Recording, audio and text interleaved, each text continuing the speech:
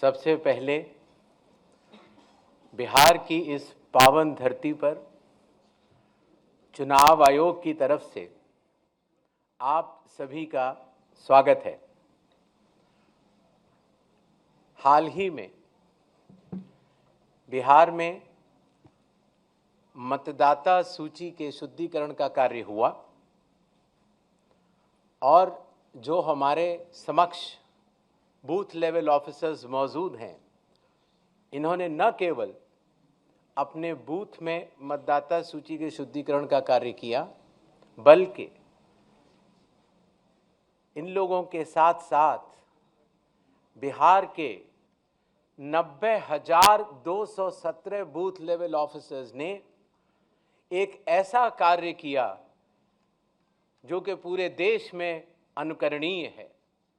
मैं निवेदन करूंगा कि करतल ध्वनि के साथ हमारे इन योद्धाओं को प्रोत्साहन दिया जाए। आप लोगों का बहुत बहुत धन्यवाद, क्योंकि आप लोग न केवल अपने बूथ में मतदाताओं के साथ काम करते हुए आपने न केवल मतदाता सूची को शुद्ध किया है, बल्कि पूरे देश में जो बाकी बूथ लेवल ऑफिसर्स जब इस कार्य को करेंगे तो उनको आपसे बहुत बहुत प्रेरणा मिलेगी। जैसे कि विश्व को बिहार की वैशाली ने ही गणतंत्र का रास्ता दिखाया था, वैसे ही आप सभी लोग मिलकर अब देश को मतदाता सूची को शुद्ध करने के कार्य के लिए प्रेरणा का स्रोत बनेंगे। बहुत बहुत धन्यवाद। बीएलओ से निवेदन है कि थोड़ा आगे आ जाएं फटाफट, और ताकि एक ग्रुप फोटोग्राफ हो जाए, फिर आप लोग जा सकते हैं। मैं रिक्वेस्ट करूंगा कमीशन से कि काइंडली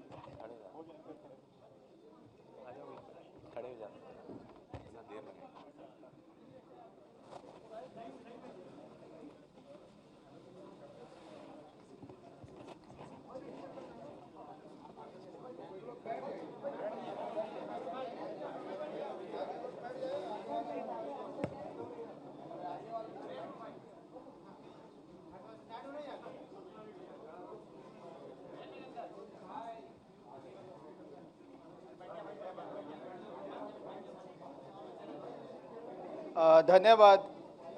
बीएलओ से निवेदन करूंगा कि वो अपनी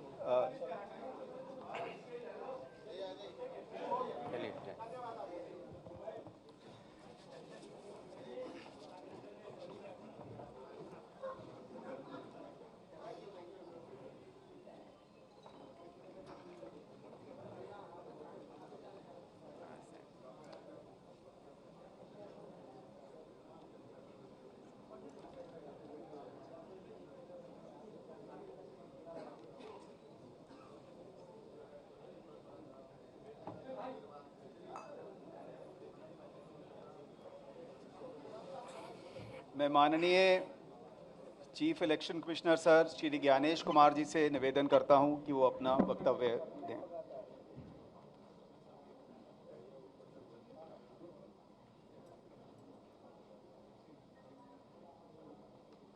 ऑनरेबल भारत के निर्वाचन आयुक्त डॉक्टर सुखबीर सिंह संधू जी, ऑनरेबल डॉक्टर विवेक जोशी, भारत के निर्वाचन आयुक्त, निर्वाचन आयोग के वरिष्ठ अधिकारियों की टीम, बिहार के chief electoral officer Shri Vinod Gunjiyal ji और बिहार की इस पावन भूमि के हमारे मीडिया सहकर्मी, हम सबसे पहले भारत के सभी मतदाता के अभिनंदन करता नहीं, आ विशेष गहन पुनरीक्षण अभियान SIR के सफलतापूर्वक संपन्न करावे खातिर रउआ सभे के कोटि कोटि आभार आ धन्यवाद जतावत बानी। भारत निर्वाचन आयोग की तरफ से बिहार के सब मतदाता सभक अभिवादन करैत छी। आपके माध्यम से मैं बिहार के सभी मतदाताओं से यह आह्वान करता हूं कि आइए, जिस तरह से हम अपने त्योहारों को उल्लास और श्रद्धा से मनाते हैं और विशेष रूप से बिहार की छठ पूजा जैसे महान लोक पर्व को पूरे उत्साह व आस्था से मनाते हैं, उसी तरह से लोकतंत्र के चुनाव के इस महापर्व को भी उत्सव की तरह मनाएं। अपनी भागीदारी सुनिश्चित करें, जिम्मेदारी निभाएं और मतदान अवश्य करें। अपना भागीदारी पक्का करी, जिम्मेदारी निभाएं, आप वोट जरूर करें। धन्यवाद। अब हम आपके समक्ष एक छोटी सी प्रेजेंटेशन देंगे जिसमें कि बिहार के आने वाले इस चुनाव में जो चुनाव आयोग ने नई पहलें की हैं, जो कि अब देश भर में भी लागू होंगी, उनके बारे में हम आपको बतला सकें। नेक्स्ट। बिहार में 243 जनरल कॉन्स्टिट्यूएंसीज हैं, ST 2, ST 38। नेक्स्ट। बिहार के विधानसभा की कालावधि 22 नवंबर तक समाप्त हो रही है और उसके पहले ही चुनाव संपन्न होंगे। पूरी चुनाव आयोग की टीम पिछले 2 दिनों से बिहार में है। हालांकि इसके पहले भी हमारे वरिष्ठ अधिकारी पूरे बिहार का दौरा कर चुके हैं। आने के बाद सबसे पहले चुनाव आयोग ने बिहार की सभी मान्यता प्राप्त राजनीतिक दलों के साथ बैठक की।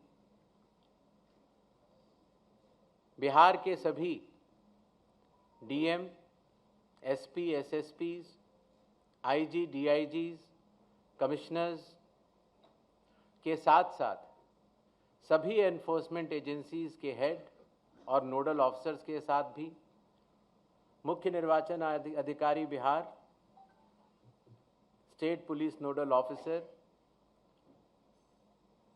और CAPF के नोडल अधिकारियों के साथ बैठक की और उसके बाद बिहार के मुख्य सचिव, बाकी सचिव के साथ भी बैठक हुई, DGP से के साथ बैठक हुई और अब हम आखिरी चरण में हैं। जो सब कुछ हुआ उसका ब्यौरा आपको देकर फिर हम लोग वापस दिल्ली प्रस्थान करेंगे। नेक्स्ट।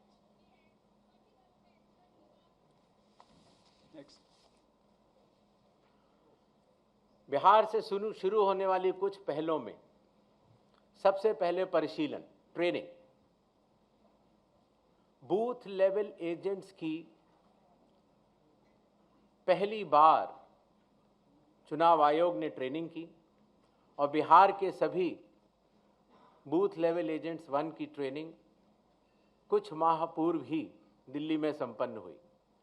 साथ ही साथ बूथ लेवल ऑफिसर्स की भी IIIDM में ट्रेनिंग हुई और अभी तक देश भर के लगभग 700 बूथ लेवल ऑफिसर्स और सुपरवाइजर्स की ट्रेनिंग पूरी की जा चुकी है। साधारण तौर से पुलिस ऑफिसर्स की ट्रेनिंग जिला या स्टेट में ही होती थी, लेकिन इस बार एक मानक के तौर पर उसको दिल्ली में भी ट्रेनिंग शुरू की गई। मतदाता सूची,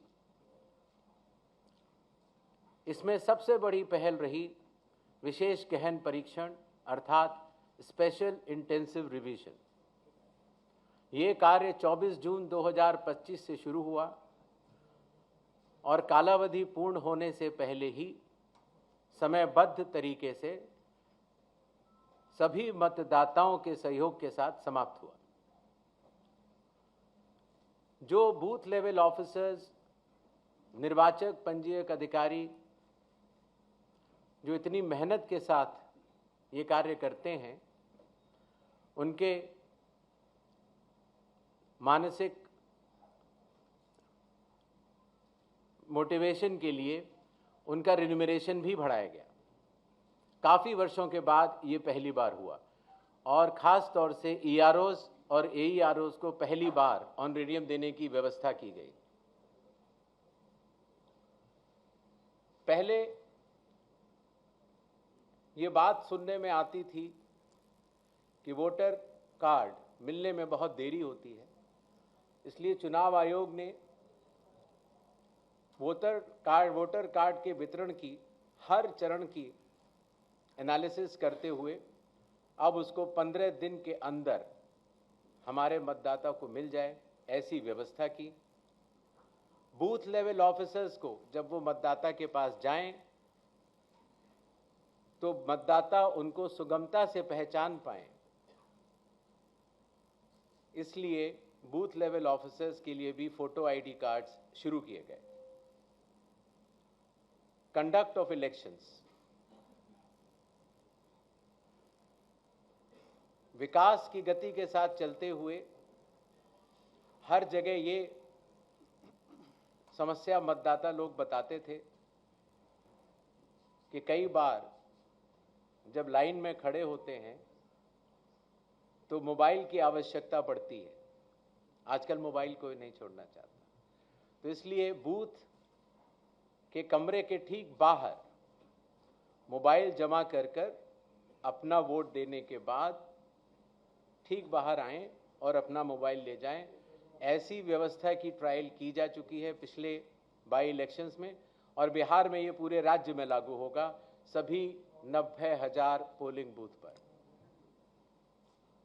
फिर एक बात ये भी समझ में आई कि जो मतदाताओं को वोटर इंफॉर्मेशन स्लिप दी जाती है, जिससे कि उनको पता लग जाए कि ये बूथ कहाँ पर है और अगर चाहें तो पहले भी जाके देख सकते हैं, उसमें बूथ की संख्या और पता बड़े फॉन्ट में, अगर आप देखेंगे इसमें तो लाल रंग से उसमें चौकोर किया हुआ है, तो बड़े फॉन्ट पर आप दूर से ही देख सकते हैं, जिससे कि आप अपने मतदान केंद्र में बड़ी सुगमता के साथ जा सकते हैं। इलेक्शन कमीशन ने टेक्नोलॉजी का सहारा कई वर्षों से लिया हुआ है।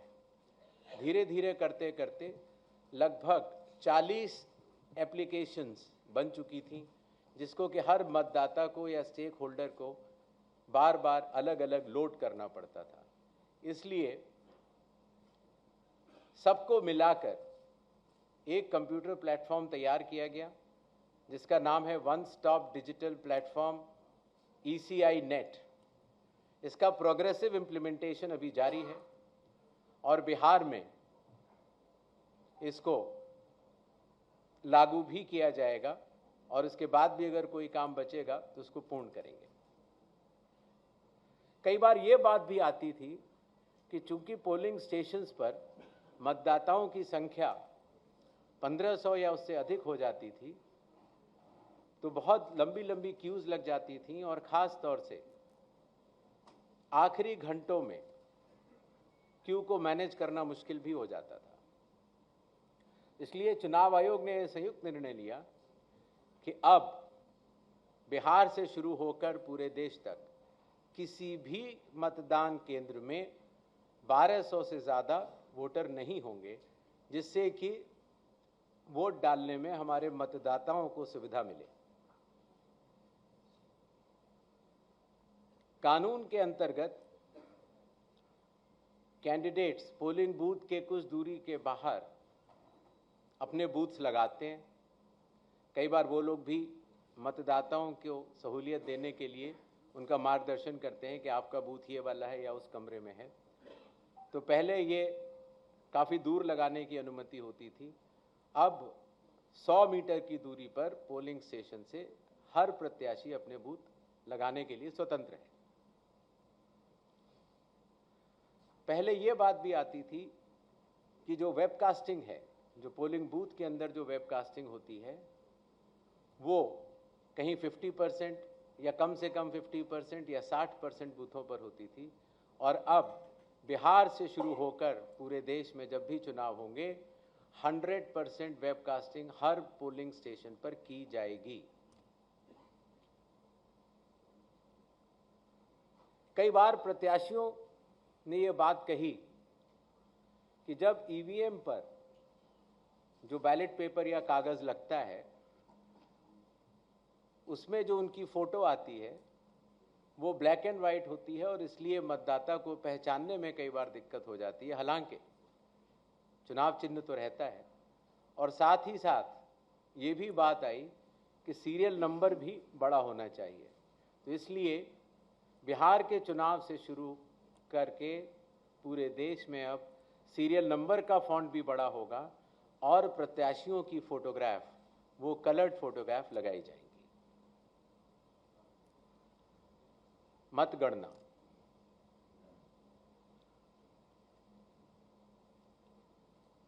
पहले जब वोट्स की काउंटिंग होती थी तो अगर फॉर्म 17C, जिसके बारे में आपको बाद में आगे बताऊंगा, अगर उसमें जो प्रिसाइडिंग ऑफिसर पोलिंग एजेंट्स को देते हैं और ईवीएम की काउंटिंग यूनिट में अगर कोई भी मिसमैच होगा तो ऐसी सभी वीवीपैट की गिनती पूर्णतः की जाएगी। इसी तरीके से पोस्टल बैलेट्स की गिनती भी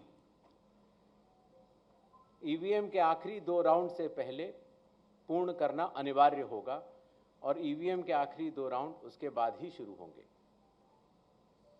नेक्स्ट।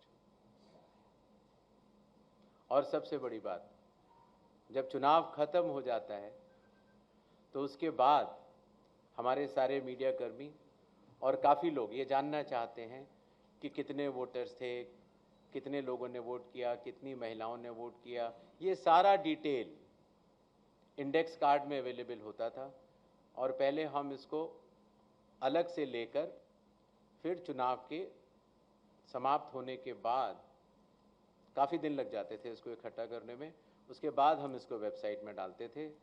और अब चूँकि धीरे धीरे ECI नेट का प्रोग्रेसिव इम्प्लीमेंटेशन हो रहा है, इसलिए ये डिजिटल इंडेक्स कार्ड्स चुनाव खत्म होने के कुछ दिनों के भीतर ही आप सभी को देखने को मिलेंगे। ये था छोटा सा एक ब्यौरा जो बिहार अब पूरे देश को राह दिखाने जा रहा है। 17 नए इनिशिएटिव्स जो कि बिहार में सफलतापूर्वक कुछ लागू हो चुके हैं और कुछ कंडक्ट ऑफ इलेक्शंस में लागू होंगे और कुछ काउंटिंग में लागू होंगे। इसके पहले कि हम लोग सवाल जवाब का दौर शुरू करें, कुछ चीज़ें मैं आपको बतलाना चाहता हूं। भारत में चुनाव संविधान,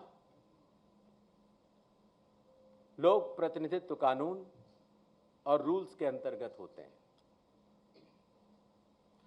दुनिया की सबसे बड़ी चुनावी व्यवस्था है भारत के चुनाव और भारत का चुनाव आयोग, और ये व्यवस्था कई चरणों में बटी हुई है।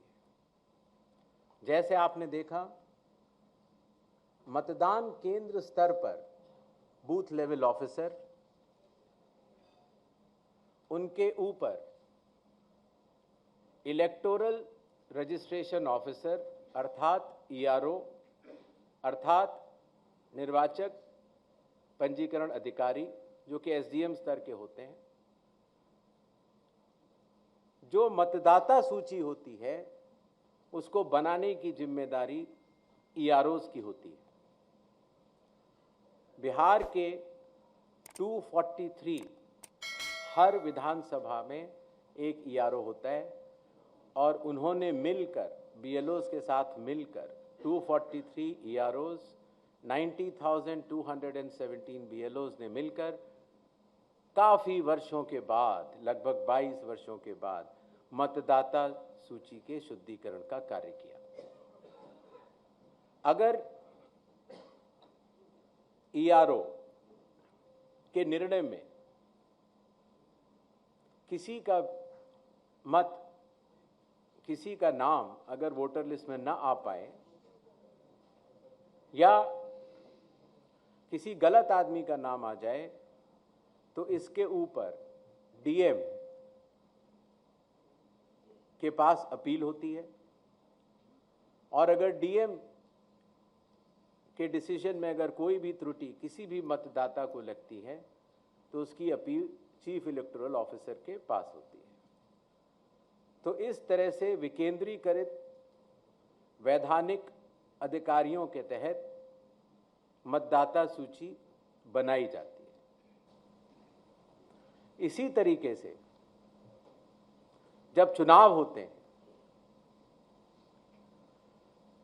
तो चुनाव आयोग हर विधानसभा के लिए एक रिटर्निंग ऑफिसर को नियुक्त करता है, जिसका कार्य होता है अपने विधानसभा में चुनाव कराना, और जो भी उसका रिजल्ट आता है वो रिटर्निंग ऑफिसर प्रख्यापित भी करते हैं और चुनाव आयोग के निर्देशों का और कानून का अक्षरश पालन करते हैं।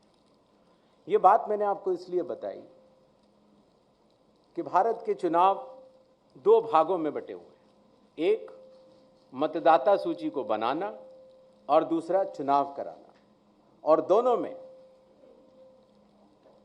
विकेंद्रीकृत वैधानिक अधिकार दिए गए ईआरओज और रिटर्निंग ऑफिसर होते हैं, और वो चुनाव आयोग द्वारा दिए गए निर्देशों का पालन करते हैं, और अगर उनके पालन में कहीं भी त्रुटि हो तो चुनाव आयोग उनको सुपरवाइज, डायरेक्ट और कंट्रोल भी करता है। इन छोटे शब्दों के साथ मेरे ख्याल से मैंने आपको चुनाव के बारे में कुछ ज़रूर बताया, और I think we can open the धन्यवाद सर। अभी हम अपना क्वेश्चन एंड आंसर सेशन शुरू करेंगे।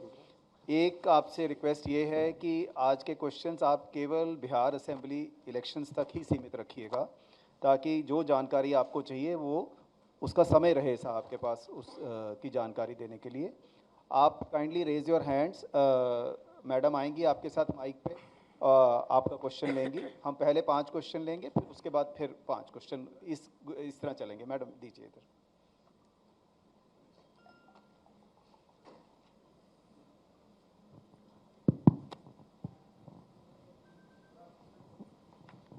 सर, मेरा नाम ब्रजेश मिश्रा है और मैं आईएनएस न्यूज़ एजेंसी से हूँ। सवाल ये है कि जिस तरीके से बिहार में शुद्धिकरण का काम किया गया और बहुत सारे आरोप लगे, तो और राहुल गांधी ने, नेता विपक्ष हैं, उन्होंने वोट चोरी तक का आरोप लगाया, और फिलहाल वो कोलंबिया घूम रहे हैं। ऐसे में आप कितना सीरियस उनके आरोपों को लेते हैं, और उनके एटम बम, नाइट्रोजन बम और हाइड्रोजन बम से आयोग कितना घायल महसूस कर रहा है? नेक्स्ट क्वेश्चन इधर दीजिए मैम। सर, आपने एसआईआर कराया, लेकिन कई सारे मेरा नाम मनीष है, मैं डिकोडर से हूँ। आपने एसआईआर बिहार में कराया, इतना बड़ा जाइगेंटिक टास्क था। कई सारे इलेक्शन एक्सपर्ट्स, एनालिस्ट, जिसमें आपके फॉर्मर सीईसी हैं, उन्होंने कहा कि ये जो पूरा एक्सरसाइज है, इतने बड़ा एक्सरसाइज इलेक्शन बाउंड स्टेट में 4 महीने पहले कराना, ये इलेक्शन कमीशन का इनकम्पिटेंस है, उन्होंने ऑन रिकॉर्ड कहा। दूसरे कई लोगों ने कहा कि ये 50 सालों में चुनाव आयोग के द्वारा सबसे वर्स्ट डिसीजन था। कुछ लोगों ने ये भी कहा कि ये इनकम्पिटेंस प्लस मोटिवेटेड डिसीजन इसलिए रहा कि इसमें कुछ सेक्शंस ऑफ द सोसाइटी को जानबूझकर एक्सक्लूड करने की कोशिश की गई। So what is your response to, how do you respond to this charges of incompetence plus motivated decision? दूसरा मेरा एक ये है कि आपने please let's restrict to 1 question, we'll come back to you, no problem. इधर दीजिए, ये साहब बैठे। सर, मेरा नाम शशि भूषण है, मैं प्रभात खबर अखबार से हूँ। सर, मेरा सवाल है कि बिहार के जो प्रतिपक्ष के नेता हैं, उनका आरोप है कि एक ही घर में कई कई मतदाताओं के नाम शामिल किए गए हैं। तो ये जो हाउस लिस्टिंग का काम है, क्या इसमें सुधार होगा या वैसे ही रहेगा? दूसरा सर ये है कि फॉर्म 70C इसको लेकर क्या है कि क्या जो पहले वोटर एजेंट जो पॉलिटिकल पार्टी के चले जाते हैं तो उनकी क्या बाध्यता रहेगी कि वो लेकर और हस्ताक्षर करके ही वहाँ से जाए? Next question. और इसी से एक जुड़ा हुआ है सर, एक और जुड़ा शशि हुआ है जी, आप काइंडली ऐसे सर, मॉक पोल को लेके क्या जितने पॉलिटिकल पार्टी भाग लिए हैं और जो नहीं लिए हैं, क्या उनका ब्यौरा आप जारी करेंगे? Sir, good morning, Kaushalendra Mishra from Hindustan newspaper. Sir, मेरा सवाल एक है कि बिहार चुनाव हो या देश के कहीं भी चुनाव होते हैं, एक पैरामीटर फिक्स है कि प्रत्येक उम्मीदवार सर्टेन अमाउंट ही खर्च कर पाएगा, लेकिन हकीकत में वैसा होता नहीं है।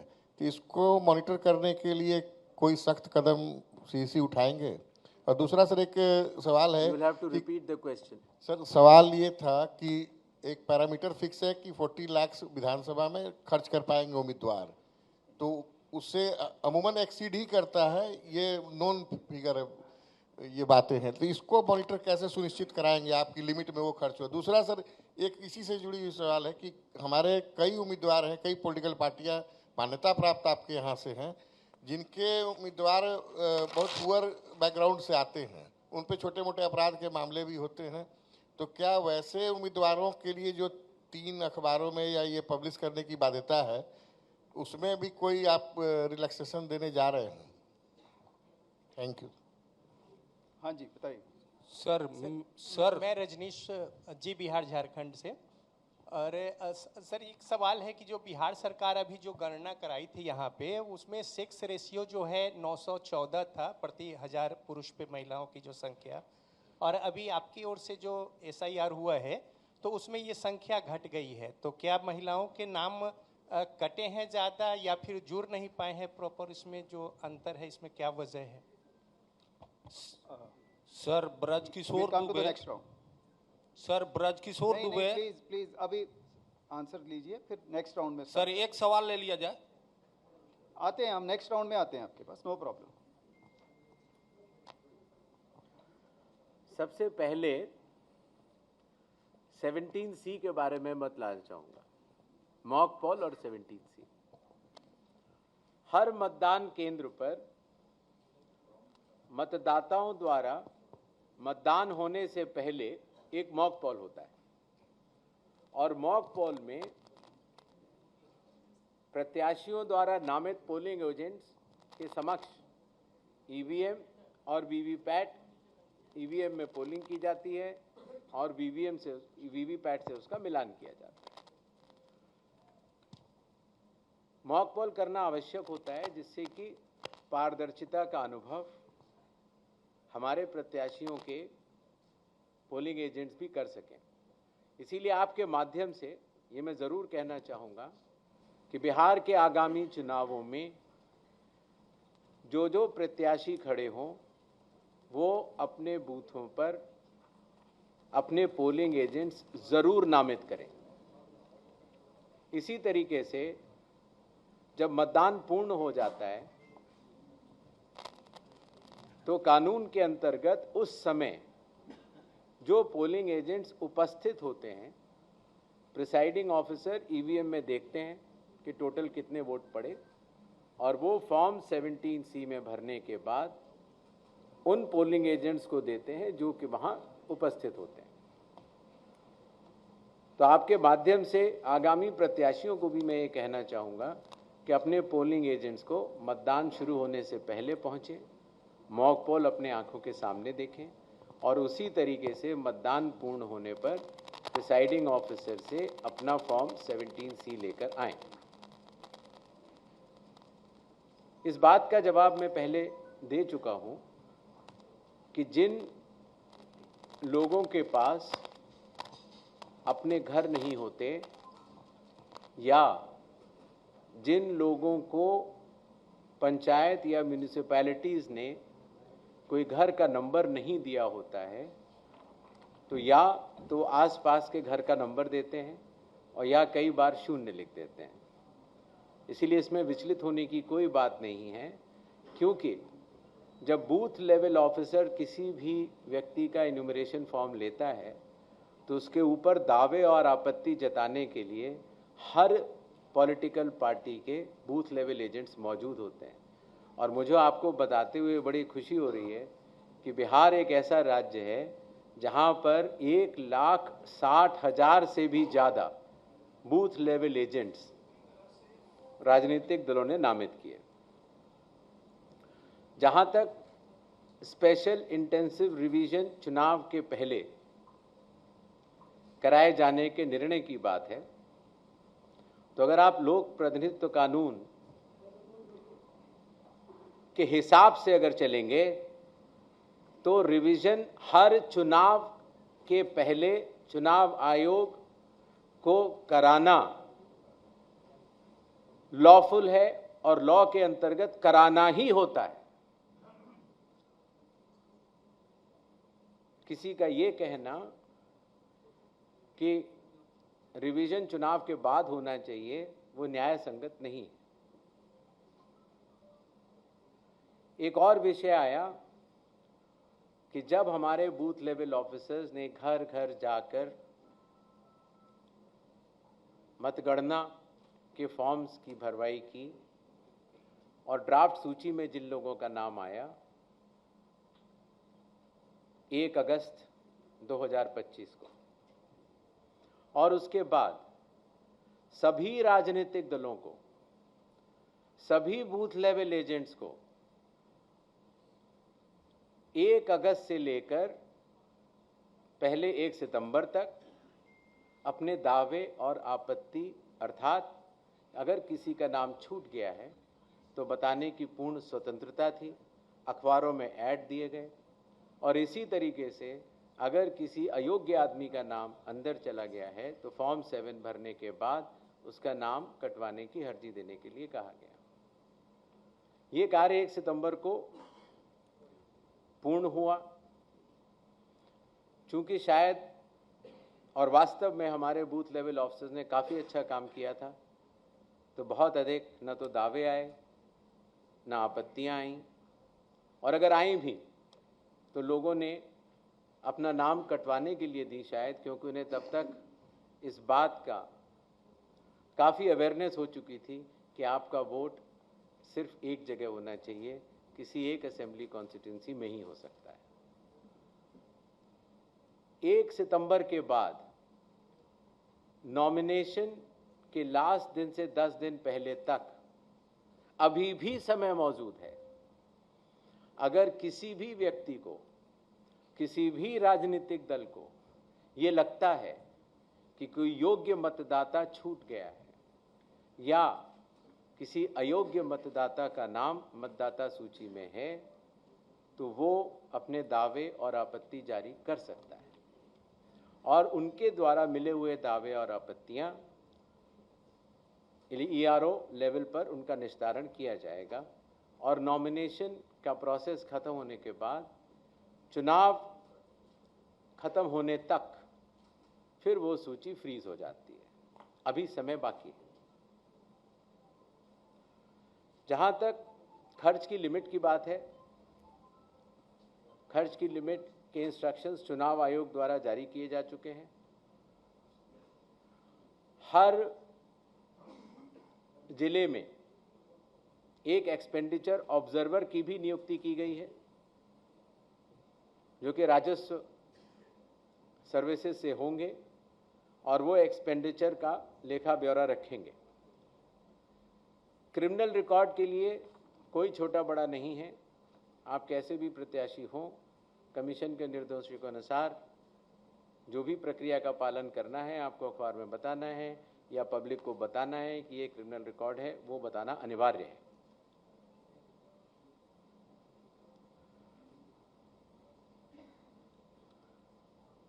SIR की प्रक्रिया पर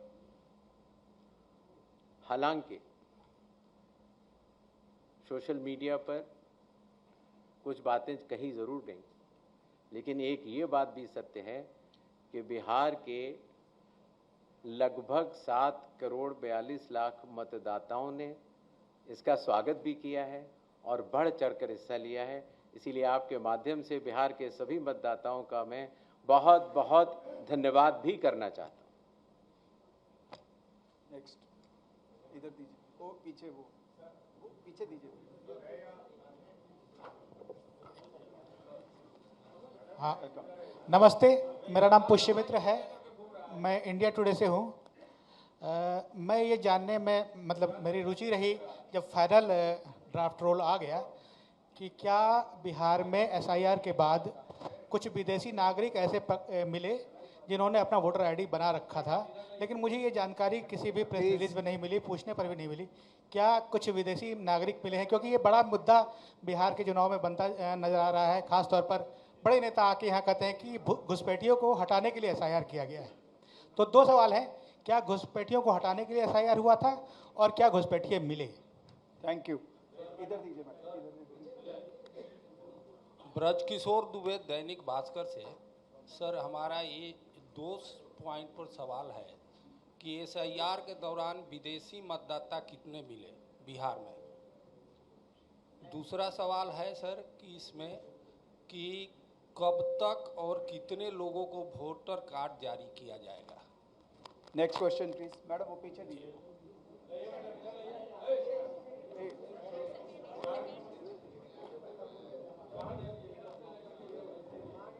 good afternoon please good afternoon. देखिए, will come to you please.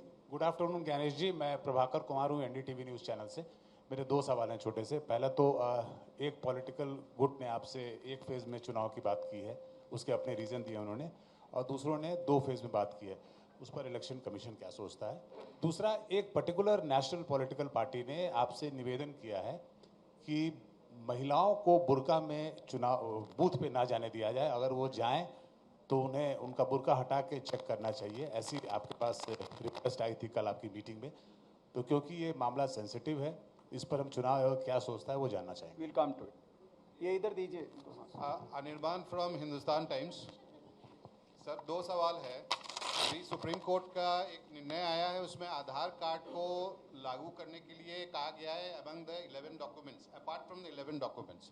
ये क्या इलेक्शन कमीशन जब पैन इंडिया एसआईआर करेगी तो Aadhaar will be one of the documents included? And few political parties have also demanded that 3.66 lakh people deleted from the final rolls, they should be published in the public domain. So will the commission do it?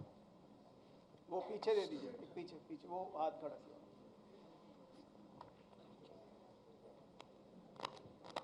मैं प्रशांत झा हूँ, जी news से।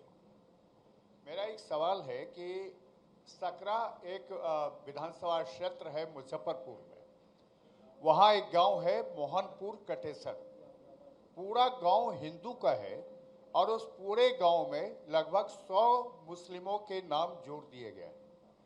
जब draft सूची आपकी आई थी उस समय वहाँ के लोगों ने ये सवाल खड़े किए थे, लेकिन उसके बाद जब फाइनल रोल आया है, फाइनल आपकी मतदाता सूची आई है, उसमें भी इसको सुधारा नहीं गया है और गांव के लोग परेशान हैं कि क्या उनके घर मुस्लिम ले जाएंगे।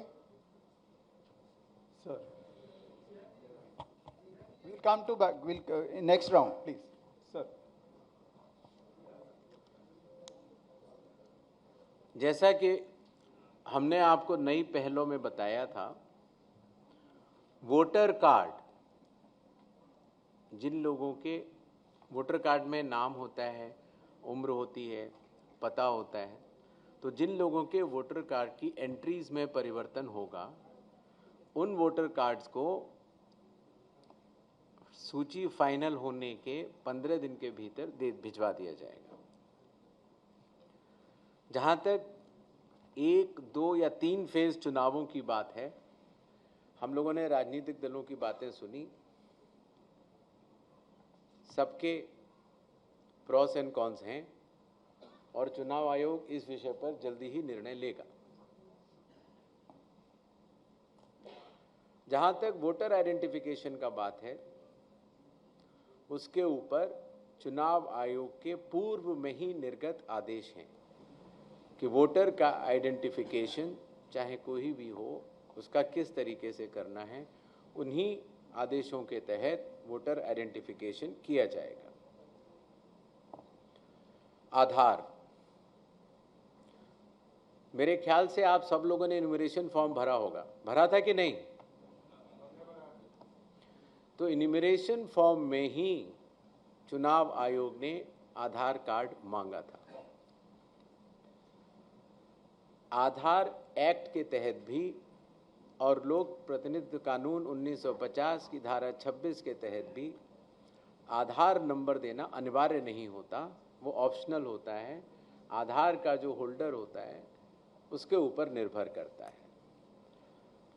आधार कार्ड आधार एक्ट के तहत भी न तो जहां आप रहते हैं उसका प्रमाण होता है और न नागरिकता का प्रमाण होता है। ये सेक्शन 9 आधार अब चुनाव लड़ सकता है और कौन नहीं। एक विषय पूछा गया कि महिलाओं की संख्या के बारे में, तो जो इन्यूमरेशन का प्रोसेस है उसमें इन्यूमरेशन फॉर्म सभी को दिए गए, चाहे वो हमारी सम्मानित महिलाएं हों, चाहे वो हमारे सम्मानित पुरुष हों। और आज भी अभी भी अगर किसी भी मतदाता, चाहे वो महिला हो या पुरुष हो, अगर उनका नाम या तो छूट गया है या अयोग्य किसी भी व्यक्ति का नाम आ गया है, तो नॉमिनेशन की तारीख से 10 दिन पहले अगर आप ERO को फॉर्म 7 या फॉर्म 6 भरेंगे तो उसमें सुधार किए जाने की अभी भी गुंजाइश है। तो अगर आप परमिट करें तो हम निकल जाते हैं। मैं आप सबका बहुत बहुत धन्यवाद करता हूं।